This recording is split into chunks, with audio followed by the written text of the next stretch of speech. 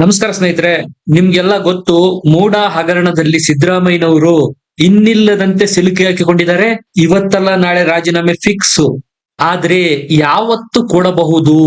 ಇದು ಪಕ್ಕಾ ಹೈಕಮಾಂಡ್ ನಿಂದ ಬಂದಿರತಕ್ಕಂತ ಮಾಹಿತಿ. ಈಗಾಗಲೇ ಈ ನಿರ್ಧಾರಕ್ಕೆ ಸಂಬಂಧಪಟ್ಟಂತೆ, ಅಂದ್ರೆ ರಾಜೀನಾಮೆಗೆ ಸಂಬಂಧಪಟ್ಟಂತೆ ಹೈಕಮಾಂಡ್ ಲೆವೆಲ್ ನಲ್ಲಿ ಫೈನಲ್ ಸೆಟಲ್ಮೆಂಟ್ ಆಗೋಗಿದೆ. ಇಂಥದ್ದೇ ತಿಂಗಳು, ಇಂಥದ್ದೇ ಡೇಟ್ಗೆ ಎರಡು ದಿನ ಹಿಂದೆ ಮುಂದೆ ಆಗ್ಬಹುದು. ಹತ್ತತ್ರ ಅದೇ ಡೇಟ್ ಅಲ್ಲೇ ಸಿದ್ದರಾಮಯ್ಯನವರು ರಾಜೀನಾಮೆ ಫಿಕ್ಸ್. ಸ್ನೇಹಿತರೆ, ಇಷ್ಟು ದಿವಸ ಕೇವಲ ಪ್ರತಿಪಕ್ಷದವರು ಮಾತ್ರ ಸಿದ್ದರಾಮಯ್ಯನವರ ರಾಜೀನಾಮೆ ಕೇಳ್ತಾ ಇದ್ರು. ಈಗ ಖುದ್ದು ಆಡಳಿತ ಪಕ್ಷ ಕಾಂಗ್ರೆಸ್ಗೆ ಮುಜುಗರ ಉಂಟಾಗ್ತಾ ಇದೆ. ಅದರ ಬಗ್ಗೆನೂ ಮಾತಾಡೋಣ. ಏನ್ ಈ ವಿಚಾರ, ಎಲ್ಲದ್ರ ಬಗ್ಗೆ ಮಾಹಿತಿ ಕೊಡ್ತೀನಿ. ಲೈಕ್ ಮಾಡಿ, ಶೇರ್ ಮಾಡಿ, ನಮ್ಮ ಚಾನಲ್ ನ ಸಬ್ಸ್ಕ್ರೈಬ್ ಮಾಡಿ, ಅನಿಸಿಕೆ ಅಭಿಪ್ರಾಯಗಳನ್ನು ಕಮೆಂಟ್ ಮಾಡಿ ತಿಳಿಸಿ. ಸ್ನೇಹಿತರೆ, ಕರ್ನಾಟಕದ ಸಿಎಂ ಹುದ್ದೆ ವಿಚಾರ, ಅದು ಮೂಡ ಹಗರಣ ಬಯಲಿಗೆ ಬಂದಾದ ಮೇಲೆ ಹೈಕಮಾಂಡ್ಗೆ ಇನ್ನಿಲ್ಲದಂತೆ ಟೆನ್ಷನ್ ಕೊಟ್ಟಿದೆ, ಕಾಡ್ತಾ ಇದೆ. ಇನ್ನು ಎಷ್ಟು ದಿವಸ ಹೀಗೆ ಅನಿಶ್ಚಿತತೆಯಲ್ಲಿ ಮುಂದುವರಿಯಬೇಕು? ಒಂದು ಫುಲ್ ಸ್ಟಾಪ್ ಇಟ್ಟು ಬಿಡಬೇಕು, ಒಂದು ಗಟ್ಟಿ ನಿರ್ಧಾರಕ್ಕೆ ಬಂದು ಬಿಡಬೇಕು ಅಂತ ಹೈಕಮಾಂಡ್ ಸಹ ಈಗ ಫೈನಲ್ ಡಿಸಿಷನ್ ತೆಗೆದುಕೊಂಡಿದೆ. ಯಾಕಂದ್ರೆ ಮೋಡ ಕವಿದ ವಾತಾವರಣ ಬಹಳ ದಿವಸ ಇದ್ರೆ ಅದು ಒಳಿತಲ್ಲ ಅಂತ ಕಾಂಗ್ರೆಸ್ಗೂ ಗೊತ್ತು. ನೀವೇ ನೋಡಿ, ಸಿದ್ದರಾಮಯ್ಯನವರ ವಿರುದ್ಧ ಯಾವಾಗ ರಾಜ್ಯಪಾಲರು ಪ್ರಾಸಿಕ್ಯೂಷನ್ಗೆ ಅನುಮತಿ ಕೊಟ್ಟರು, ಅದಾದ ನಂತರ ಪ್ರಮುಖ ಘಟನಾವಳಿಗಳಾಗಿದೆ. ಹೈಕೋರ್ಟ್ ನಲ್ಲೂ ಸಹ ತೀರ್ಪು ಬಂದಿದೆ. ಸೆಷನ್ಸ್ ನ್ಯಾಯಾಲಯದಲ್ಲಿ ಈ ಹಿಂದೆ ದೂರು ದಾಖಲಾಗಿತ್ತು, ಅದರ ತೀರ್ಪು ತಡೆ ಹಿಡಿಯಲಾಗಿತ್ತು. ಹೈಕೋರ್ಟ್ ತೀರ್ಪು ಬಂದ ಹಿನ್ನೆಲೆಯಲ್ಲಿ ಸೆಷನ್ಸ್ ನ್ಯಾಯಾಲಯ ಎಫ್ಐಆರ್ ದಾಖಲು ಮಾಡೋದಕ್ಕೆ ಲೋಕಾಯುಕ್ತ ಪೊಲೀಸರಿಗೆ ಆದೇಶ ಕೊಟ್ಟಿದೆ. ಈಗ ಎಫ್ಐಆರ್ ಸಹ ದಾಖಲಾಗಿದೆ ಸಿದ್ದು ವಿರುದ್ಧ. ಇಷ್ಟಾದ್ರೂ ಸಿದ್ದರಾಮಯ್ಯನವರು ಯಾವುದೇ ತಪ್ಪಿಲ್ಲ ನಂದು, ನಾನ್ ಯಾವುದೇ ಕಾರಣಕ್ಕೂ ರಾಜೀನಾಮೆ ಕೊಡೋದಿಲ್ಲ ಅಂತ ಕಂಟಿ ನಿರ್ಧಾರ ತೆಗೆದುಕೊಂಡಿದ್ದಾರೆ. ಸ್ನೇಹಿತರೆ, ಇದನ್ನ ತುಂಬಾ ದಿನಗಳ ಕಾಲ, ತುಂಬಾ ತಿಂಗಳುಗಳ ಕಾಲ ತಳ್ಳೋದಿಕ್ಕೆ ಸಾಧ್ಯ ಇಲ್ಲ ಅಂತ ಖುದ್ದು ಸಿದ್ದರಾಮಯ್ಯನವ್ರಿಗೂ ಸಹ ಗೊತ್ತಿದೆ. ಇವತ್ತಲ್ಲ ನಾಳೆ ರಾಜೀನಾಮೆ ಕೊಡಲೇಬೇಕಾಗತ್ತೆ. ಸಿದ್ದರಾಮಯ್ಯನವರು ಇದುವರೆಗೂ ಹೈಕಮಾಂಡ್ ನಿರ್ಧಾರಕ್ಕೆ ವೇಟ್ ಮಾಡ್ತಾ ಇದ್ರು. ಈಗ ಆ ನಿರ್ಧಾರ ಬಯಲಿಗೆ ಬಂದಿದೆ. ಖುದ್ದು ಹೈಕಮಾಂಡೇ ಸಿದ್ದರಾಮಯ್ಯನವರು ಯಾವಾಗ ಸ್ಟೆಪ್ ಡೌನ್ ಆಗಬೇಕು, ಅಂದ್ರೆ ಮುಖ್ಯಮಂತ್ರಿ ಹುದ್ದೆಯಿಂದ ಯಾವ ಮಂತ್ ಅಲ್ಲಿ, ಯಾವ ದಿನಾಂಕದಲ್ಲಿ ರಾಜೀನಾಮೆ ಕೊಡಬೇಕು ಅನ್ನುವ ನಿರ್ಧಾರ ಈಗ ಹೈಕಮಾಂಡ್ ಮಾಡಿಯಾಗಿದೆ. ಸ್ನೇಹಿತರೆ, ಈ ಮೂಡ ಹಗರಣದಲ್ಲಿ ಸಿದ್ದರಾಮಯ್ಯನವ್ರಿಗೆ ಏನಾದ್ರು ಮೇಲುಗೈ ಆಗಿದ್ರೆ, ಅಂದ್ರೆ ಪ್ರಾಸಿಕ್ಯೂಷನ್ಗೆ ಅನುಮತಿನ ಹೈಕೋರ್ಟ್ ಎತ್ತಿ ಹಿಡಿಯದೇ ಇದ್ದಿದ್ರೆ, ಆಬ್ವಿಯಸ್ ಆಗಿ ಸೆಷನ್ಸ್ ನ್ಯಾಯಾಲಯದಲ್ಲೂ ಸಹ ಅದು ಬರ್ಖಾಸ್ತ್ ಆಗ್ತಾ ಇತ್ತು. ಸಿದ್ದರಾಮಯ್ಯನವರಿಗೆ ಭರ್ಜರಿ ಮೇಲುಗೈ ಆಗ್ತಾ ಇತ್ತು. ಈ ಹಿಂದಿಗಿಂತಲೂ ಸಿದ್ದರಾಮಯ್ಯನವರು ಮತ್ತಷ್ಟು ಬಲಾಢ್ಯರಾಗ್ತಾ ಇದ್ರು ಕಾಂಗ್ರೆಸ್ನಲ್ಲಿ.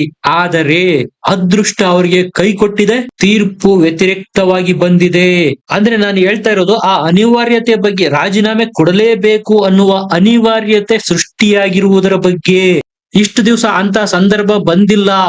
ಪ್ರಕರಣ ಹೈಕೋರ್ಟ್ ನಲ್ಲಿದೆ, ಇನ್ನು ಎಫ್ಐಆರ್ ಆಗಿಲ್ಲ ಅನ್ನುವ ಮಾತುಗಳನ್ನೇ ಕಾಂಗ್ರೆಸ್ನವರು ಹೇಳ್ತಾ ಇದ್ರು. ಹೈಕೋರ್ಟ್ ನಲ್ಲೂ ಸೆಟ್ಲ್ ಆಗಿದೆ, ಎಫ್ಐಆರ್ ಸಹ ಆಗಿದೆ. ನೀವು ಕೇಳ್ಬೋದು, ಎಫ್ಐಆರ್ ಆದ ತಕ್ಷಣ ರಾಜೀನಾಮೆ ಕೊಡ್ಬೇಕು ಅಂತ ಎಲ್ಲಿ ಬರ್ದಿದೆ, ರೂಲ್ಸ್ ಇದೆಯಾ ಅಂತ. ಹಾಗೇನು ಇಲ್ಲ. ಜೀವಂತ ಉದಾಹರಣೆ ಅರವಿಂದ್ ಕೇಜ್ರಿವಾಲ್ ಇದ್ದಾರೆ. ಅರೆಸ್ಟ್ ಆದ್ರೂ ಸಹ ಅರವಿಂದ್ ಕೇಜ್ರಿವಾಲ್ ಅವರು ಜೈಲಿನಿಂದಲೇ ಮುಖ್ಯಮಂತ್ರಿ ಆಗಿದ್ರು. ಈಗ ಹೊರ ಬಂದ ಮೇಲೆ ರಾಜೀನಾಮೆ ಕೊಟ್ಟಿದ್ದಾರೆ, ಅದು ಬೇರೆ ವಿಚಾರ. ಯಡಿಯೂರಪ್ಪನವರು ಸಹ ಎಫ್ಐಆರ್ ದಾಖಲಾದಾಗ ರಾಜೀನಾಮೆ ಕೊಟ್ಟಿರ್ಲಿಲ್ಲ. ಈಗ ಸಿದ್ದರಾಮಯ್ಯನವರು ಸಹ ಅದನ್ನೇ ಹೇಳ್ತಾ ಇರೋದು. ಕುಮಾರಸ್ವಾಮಿ ಅವರ ವಿರುದ್ಧ ಸಹ ಎಫ್ಐಆರ್ ಇದೆ, ಲೋಕಾಯುಕ್ತರು ತನಿಖೆ ಮಾಡಿದ್ದಾರೆ. ಯಡಿಯೂರಪ್ಪನವರ ವಿರುದ್ಧನೂ ಸಹ ಎಫ್ಐಆರ್ ಇದೆ, ಲೋಕಾಯುಕ್ತದಲ್ಲಿ ತನಿಖೆ ನಡೀತಾ ಇದೆ. ಅವ್ರೇನ್ ರಾಜೀನಾಮೆ ಕೊಟ್ಟಿದಾರಾ ಅಂತ ಪ್ರಶ್ನೆ ಮಾಡ್ತಾ ಇದ್ದಾರೆ ಸಿದ್ದರಾಮಯ್ಯನವರು. ಬೇರೆಯವರನ್ನು ತೋರಿಸಿ ಸಿದ್ದರಾಮಯ್ಯನವರು ಕುರ್ಚಿ ಭದ್ರಪಡಿಸಿಕೊಳ್ಳುವುದಕ್ಕೆ ಪ್ರಯತ್ನ ಮಾಡ್ತಾ ಇದ್ದಾರೆ.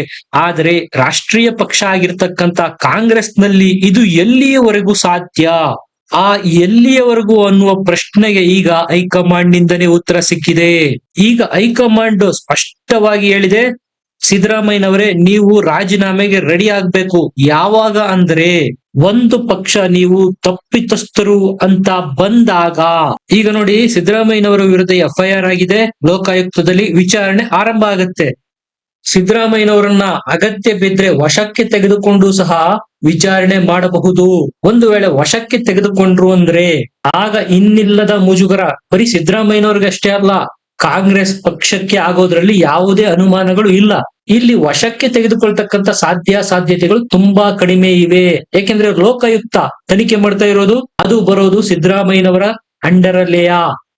ವಿಚಾರಣೆ ಅಂತೂ ಮಾಡೇ ಮಾಡ್ತಾರೆ. ವಿಚಾರಣೆ ನಡೆದು ಆರೋಪ ಪಟ್ಟಿ ಸಲ್ಲಿಕೆ ಮಾಡ್ತಾರಲ್ಲ, ಚಾರ್ಜ್ ಶೀಟ್, ಆ ಚಾರ್ಜ್ ಶೀಟ್ ಫೈಲ್ ಮಾಡಿದ ಸಂದರ್ಭದಲ್ಲಿ ಅಲ್ಲಿರ್ತಕ್ಕಂಥ ಅಂಶಗಳೇನಾದ್ರೂ ಸಿದ್ದರಾಮಯ್ಯನವರ ವಿರುದ್ಧವಾಗಿ ಬಂದರೆ, ಕನ್ವಿಕ್ಷನ್ ಆಗಬಹುದು ಅಂತ ಏನಾದ್ರೂ ಆ ಚಾರ್ಜ್ ಶೀಟ್ ಇಂದ ತಿಳಿದು ಬಂದರೆ, ಸಿದ್ದರಾಮಯ್ಯನವರೇ ರಾಜೀನಾಮೆ ಕೊಡೋದಕ್ಕೆ ರೆಡಿ ಆಗಿರಿ ಅಂತ ಹೈಕಮಾಂಡ್ ಈಗ ರಾಜೀನಾಮೆಯ ಡೇಟ್ ಅನ್ನು ಸಹ ಫಿಕ್ಸ್ ಮಾಡಿದೆ.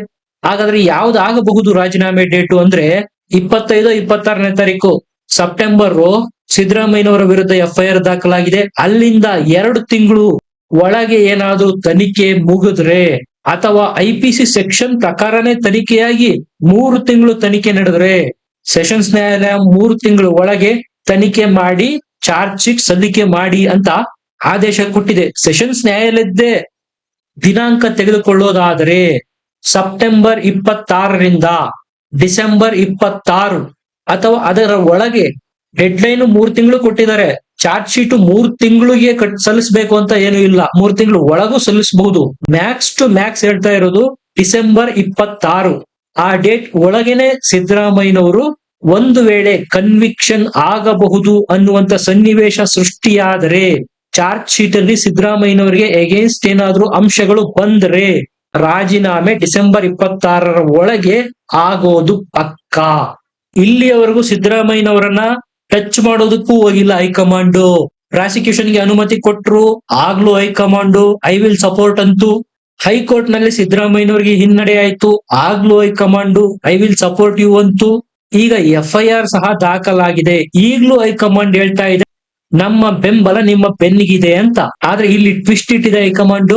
ಚಾರ್ಜ್ ಶೀಟು ಅಲ್ಲೇನಾದ್ರೂ ನೆಗೆಟಿವ್ ಅಂಶಗಳು ನಿಮಗೆ ಬಂದ್ರೆ, ನೀವು ಕನ್ವಿಕ್ಷನ್ ಆಗಬಹುದು ಅಂತ ಏನಾದ್ರೂ ಚಾರ್ಜ್ ಶೀಟ್ ಇಂದ ತಿಳಿದು ಬಂದರೆ ರಾಜೀನಾಮೆ ಕೊಡಲೇಬೇಕು ಅಂತ ಸಿದ್ದರಾಮಯ್ಯನವರಿಗೆ ಸಾರಾಸಗಟಾಗಿ ಹೈಕಮಾಂಡ್ ಸ್ಪಷ್ಟ ಸಂದೇಶನ ರವಾನೆ ಮಾಡಿದೆ.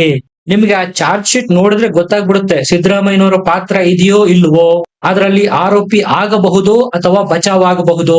ಒಂದರ್ಥದಲ್ಲಿ ಚಾರ್ಜ್ ಶೀಟೇ ಸಿದ್ದರಾಮಯ್ಯನವರ ರಾಜೀನಾಮೆಗೆ ಡೆಡ್ ಲೈನ್. ಸ್ನೇಹಿತರೆ, ಇಲ್ಲಿ ಇನ್ನೂ ಒಂದು ಸಿದ್ದರಾಮಯ್ಯನವರಿಗೆ ಫೇವರ್ ಆಗ್ತಕ್ಕಂತ ಅಂಶ ಇದೆ. ಏನಪ್ಪಾ ಅಂದ್ರೆ, ನೀವು ಕೇಳ್ಬೋದು ಸಿದ್ದರಾಮಯ್ಯನವರಿಗೆ ಎಗೇನ್ಸ್ಟ್ ಆಗಿ ಆದೇಶ ಬಂದಿದೆ ಹೈಕೋರ್ಟ್ ಅಲ್ಲಿ, ಸುಪ್ರೀಂ ಕೋರ್ಟ್ಗೆ ಮೇಲ್ಮನವಿ ಸಲ್ಲಿಸಬಹುದಾಗಿತ್ತಲ್ಲ ಅಂತ. ಇಲ್ಲಿ ಸಿದ್ದರಾಮಯ್ಯನವರ ಮಾಸ್ಟರ್ ಸ್ಟ್ರೋಕ್ ಇದೆ. ಈಗ ತನಿಖೆ ಮಾಡ್ತಾ ಇರ್ತಕ್ಕಂಥ ಸಂಸ್ಥೆ ಯಾವುದು? ಲೋಕಾಯುಕ್ತ. ಲೋಕಾಯುಕ್ತ ಬರೋದು ಸಿದ್ದರಾಮಯ್ಯನವರ ಅಂಡರ್ ಅಲ್ಲಿ. ಅಕಸ್ಮಾತ್ ಏನಾದ್ರೂ ಸಿದ್ದರಾಮಯ್ಯನವರು ಸುಪ್ರೀಂ ಕೋರ್ಟ್ಗೆ ಏನಾದ್ರೂ ಮೇಲ್ಮನವಿ ಸಲ್ಲಿಸೋದಿಕ್ಕೆ ಹೋದ್ರು ಅಂದ್ರೆ, ಆಗ ದೂರುದಾರರು ಸಹ ಸುಪ್ರೀಂ ಕೋರ್ಟ್ಗೆ ಹೋಗ್ತಾರೆ. ಈ ಮನವಿ ಹೈಕೋರ್ಟ್ ನ ದಾಟಿ ಸುಪ್ರೀಂ ಕೋರ್ಟ್ಗೆ ಹೋಗೋದ್ರಿಂದ CBI ಎಂಟ್ರಿ ಆಗ್ತಕ್ಕಂತ ಎಲ್ಲ ಸಾಧ್ಯತೆಗಳು ಇರುತ್ತೆ. ಸಿದ್ದರಾಮಯ್ಯನವರು ಎಲ್ಲಿಯವರೆಗೂ ಸೇಫ್ ಆಗಿರ್ತಾರಪ್ಪ ಅಂದ್ರೆ, ಲೋಕಾಯುಕ್ತ ತನಿಖೆ ಎಲ್ಲಿಯವರೆಗೂ ನಡೆಯುತ್ತೋ ಅಲ್ಲಿಯವರೆಗೂ ಪಕ್ಕಾ ಸಿದ್ದರಾಮಯ್ಯನವರು ಸೇಫು. ಹಾಗಾಗಿ ಇರ್ಲಾರ್ದೆ ಇರುವೆ ಬಿಟ್ಕೊಂಡ್ರು ಅಂದಂಗೆ, ನಾನ್ ಯಾಕೆ ಸುಪ್ರೀಂ ಕೋರ್ಟ್ಗೆ ಹೋಗಿ ಅನಾವಶ್ಯಕವಾಗಿ CBIಗೆ ಆಹ್ವಾನ ಕೊಡೋದು? ನಮ್ಮದೇ ಅಂಡರ್ ಇರತಕ್ಕಂತಹ ತನಿಖಾ ಸಂಸ್ಥೆ ಲೋಕಾಯುಕ್ತನೇ ತನಿಖೆ ನಡೆಸ್ಲಿ, ಬಚಾವಾದ್ರೂ ಆಗಬಹುದು ಅಂತಕ್ಕಂತಹ ಮಾಸ್ಟರ್ ಪ್ಲಾನ್ ಸಿದ್ದರಾಮಯ್ಯನವರದ್ದು. ನಿಮಗೇನನ್ಸುತ್ತೆ? ಸಿದ್ದರಾಮಯ್ಯನವರು ಈ ಮೂಡ ವಿಚಾರದಲ್ಲಿ ಲಾಕ್ ಆದೇ ಆಗ್ತಾರಾ, ಅಥವಾ ಲೋಕಾಯುಕ್ತ ತನಿಖೆ ಹಿನ್ನೆಲೆಯಲ್ಲಿ ಬಚಾವಾಗುವ ಸಾಧ್ಯತೆ ಜಾಸ್ತಿ ಇದೆಯಾ? ಕಮೆಂಟ್ ಮಾಡಿ ತಿಳಿಸಿ, ಲೈಕ್ ಮಾಡಿ, ಶೇರ್ ಮಾಡಿ, ನಮ್ಮ ಚಾನಲ್ ನ ಸಬ್ಸ್ಕ್ರೈಬ್ ಮಾಡಿ. ಮತ್ತೆ ಸಿಗೋಣ. ನಮಸ್ಕಾರ.